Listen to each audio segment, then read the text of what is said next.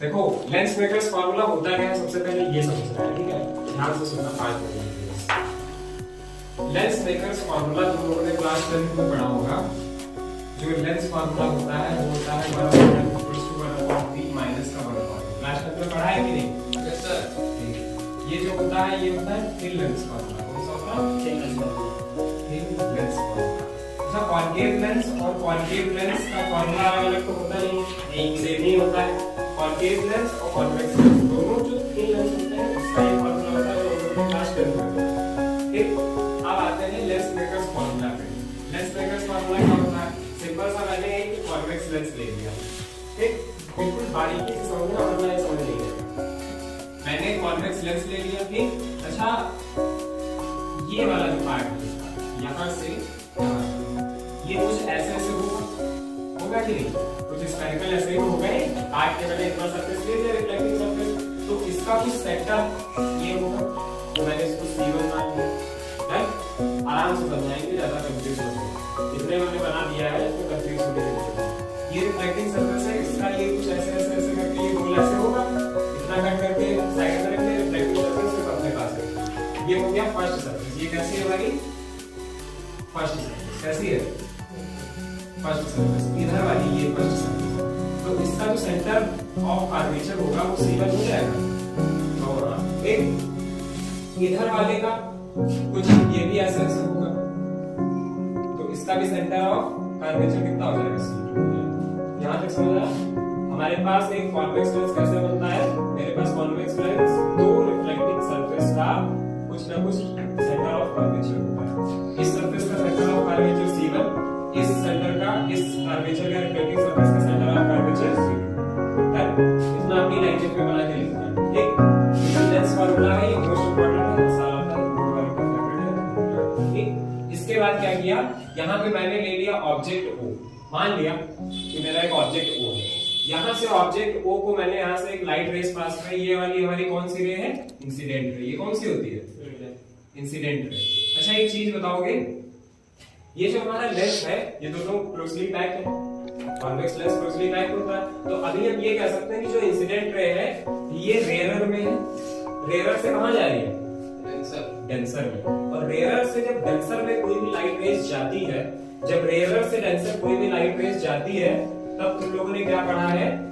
जैसे ये हमारा मीडियम है, ये हमारा रेयरर है, ये हमारा डेंसर है। कोई भी जैसे लाइट रेस गई है तो ये जो नॉर्मल होता है टुवर्ड्स द नॉर्मल हो जाता है या अवे फ्रॉम द नॉर्मल? हां, टुवर्ड्स द नॉर्मल हो जाता है, मतलब कुछ ऐसे जाएगी। सेम यहां पे हुआ है, मैंने इंसिडेंट रे पास कराई, ये रेयरर लेंस के बाहर का सिस्टम, ये हमारा रेयरर मतलब मीडियम हो जाएगा, मीडियम वन, जिसको मैंने NM मीडियम माना। ये NM मीडियम है, ये भी NM मीडियम है, क्योंकि मीडियम दोनों तरफ सेम है, इधर भी रेयर है उधर भी रेयर है। तो इस वाले लेंस का मीडियम वन मैंने NM माना है, इस वाले लेंस का मीडियम NM ये भी माना है, ठीक, क्योंकि ये दोनों क्या है? दोनों रेयर है, तो रेयर दोनों है तो हमने एक ही चीज मान ली है, NM। अब आते हैं बॉडी के टॉपिक पे। ये मेरा रेयर मीडियम है, ये जो इंसिडेंट में जा रही है रेयर मीडियम है। जब लेंस के अंदर जाएगी तो वो किस में पहुंच जाएगी? डेंसर में। तो रेयरर से जब डेंसर जाएगी तो यहाँ पे आप क्या खींचेंगे? नॉर्मल, कुछ ऐसे नॉर्मल खींचेंगे। और एक चीज हमेशा ध्यान रखना, जब तुम नॉर्मल खींचेंगे इंसिडेंट रे से, मतलब जब इंसिडेंट रे रेयरर से डेंसर में जाएगी, यहाँ पे जब रिफ्लेक्ट होगी, यहाँ से रिफ्लेक्ट होगी, तो यहीं पे हम क्या खींच देंगे? नॉर्मल। नॉर्मल हमेशा कहाँ से जाएगा? C1 से। नॉर्मल हमेशा कहाँ से जाएगा? C1 से, क्योंकि ये वाली जो रिफ्लेक्टिंग सरफेस है इसके C1 सेंटर से नॉर्मल खींच जाएगा, ठीक, इतना ध्यान रखना है। नॉर्मल खींचोगे तो ये क्या हो जाएगी? टुवर्ड्स द नॉर्मल हो जाएगी। तो ये मान लो मेरा नॉर्मल था C1, तो यहाँ से ये वाली लाइट रह गई, तो ये क्या हो जाएगा? हल्का सा इधर मुड़ जाएगी, तो ये कहाँ जाएगी? टुवर्ड्स द नॉर्मल हो जाएगी। टुवर्ड्स द नॉर्मल जब हो जाएगी तो यहाँ पे लाइट रेस पहुंची है हमारी, तो इसकी कुछ वर्चुअल इमेज यहाँ पे आएगी, मतलब ये बनी नहीं है, मैंने मान लिया कि हमारी कैसी है? ये हमारी है वर्चुअल इमेज। दूसरा, यहाँ से मतलब रेयरर से डेंसर में गई, मैंने यहाँ पे नॉर्मल खींच दिया, नॉर्मल खींचा तो ये क्या हो जाएगी? टुवर्ड्स द नॉर्मल हो जाएगी। टुवर्ड्स द नॉर्मल से कुछ इमेज यहाँ बनाएगी। अब जब डेंसर से रेयरर जाएगी, तो डेंसर से रेयरर क्या होता है? टुवर्ड्स द नॉर्मल या away from the normal? Away from the normal. तो यहाँ से जब डेंसर से हम रेयरर, अब यहाँ पे लाइट रेस थी तो डेंसर में है अभी, अब कहाँ जा रही है? रेयरर में। तो ये कुछ नॉर्मल इसका होगा, तो इससे भागेगी ना, तो इससे भागेगी तो ये कुछ लाइट रे यहाँ पड़ेगी और यहाँ पे हमारा आई इमेज बन गया। इतना समझे? यहाँ पे आई इमेज बन गया, समझे कि नहीं? बस हमको ध्यान क्या रखना है कि जब रेयर से डेंसर में जाएगी तो टुवर्ड्स द नॉर्मल जाएगी, तो इमेज यहाँ बनेगी और नॉर्मल कुछ C1 से निकल जाएगा। और जब डेंसर से रेयर में आएगी तो क्या हो जाती है? Away from the normal. तो डेंसर से रेयर ये वाला नॉर्मल खींचा है, जब यहाँ से लाइट रे जाएगी तो यहाँ पे ये वाला नॉर्मल खींचा है, तो ये वाला नॉर्मल खींचने से ये वाली जो हमारी लाइट रे अवे फ्रॉम द नॉर्मल चलेगी। देखो इससे अवे है तो I1 ठीक। लेकिन फर्स्ट वाले केस में क्या हो रहा था, जब यहाँ से अंदर रेयर से डेंसर आ रही थी, कुछ वर्चुअल इमेज वहां बनी हुई है, लेकिन इससे हमको लेना देना नहीं है, बट इसको हम दिखा देंगे कि हाँ वर्चुअल इमेज बनी है। यही है लेंस चेकअप फार्मूला। अब इसको प्रूव करने के लिए आगे बहुत सारा फार्मूला है, वो बता देंगे। फिलहाल एक चीज और समझो, ये हमारी यू डिस्टेंस होगी, क्योंकि ये वाली यहाँ से यहाँ तक, ये हमारा क्या होता है? बीच का क्या होता है? Centre optical centre. इसको हम ऑप्टिकल सेंटर, ये हमारा क्या हो जाएगा? Optical centre. इसको हम बोलते हैं। तो हमेशा ध्यान रखना लेंस की, चाहे इमेज डिस्टेंस नापे, चाहे ऑब्जेक्ट डिस्टेंस नापे, चाहे फोकल लेंथ नापे, हमेशा हम लेंस के ऑप्टिकल सेंटर से नापे। तो ऑप्टिकल सेंटर से जब ऑब्जेक्ट की नापेंगे तो ऑब्जेक्ट को हम क्या बोलते हैं? यू। तो मैंने यहाँ से यू की डिस्टेंस रख दी। अच्छा, इस वाले ये वाली जो रिफ्लेक्टिंग सरफेस है, इसकी कुछ रेडियस भी तो होगी, रेडियस ऑफ कर्वेचर भी तो होगा कुछ। तो इसको मैंने मान लिया R1 और इसको मैंने क्या मान लिया? R2। इस वाली रिफ्लेक्टिंग सरफेस का R2 मान लिया, इस वाली रिफ्लेक्शन का रिफ्लेक्टिंग सरफेस का R1 मान लिया।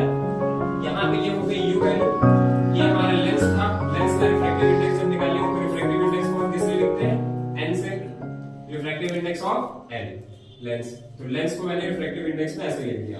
लेंस को मैंने रिफ्रैक्टिव इंडेक्स में ऐसे लिखा। रिफ्रैक्टिव इंडेक्स मैंने समझाया है। जैसे मान लो कि हम कहते हैं कि रिफ्रैक्टिव ग्लास को रिफ्रैक्टिव इंडेक्स में लिखना है, तो कैसे लिखोगे? Refractive index of glass. जैसे मैंने कहा कि refractive index of glass with respect to air लिखना है, तो रिफ्रैक्टिव इंडेक्स ऑफ ग्लास यहाँ जाएगा और एयर यहाँ आ जाएगा। रिफ्रैक्टिव इंडेक्स वाला कॉन्सेप्ट हम बता चुके हैं, रिफ्रैक्टिव इंडेक्स में बाद में बता देंगे। यहाँ तक ये जो बताया था, इसके अकॉर्डिंग ये समझ आया कि जब लेंस का रिफ्रैक्टिव इंडेक्स निकालेंगे तो NL हो जाएगा। ठीक।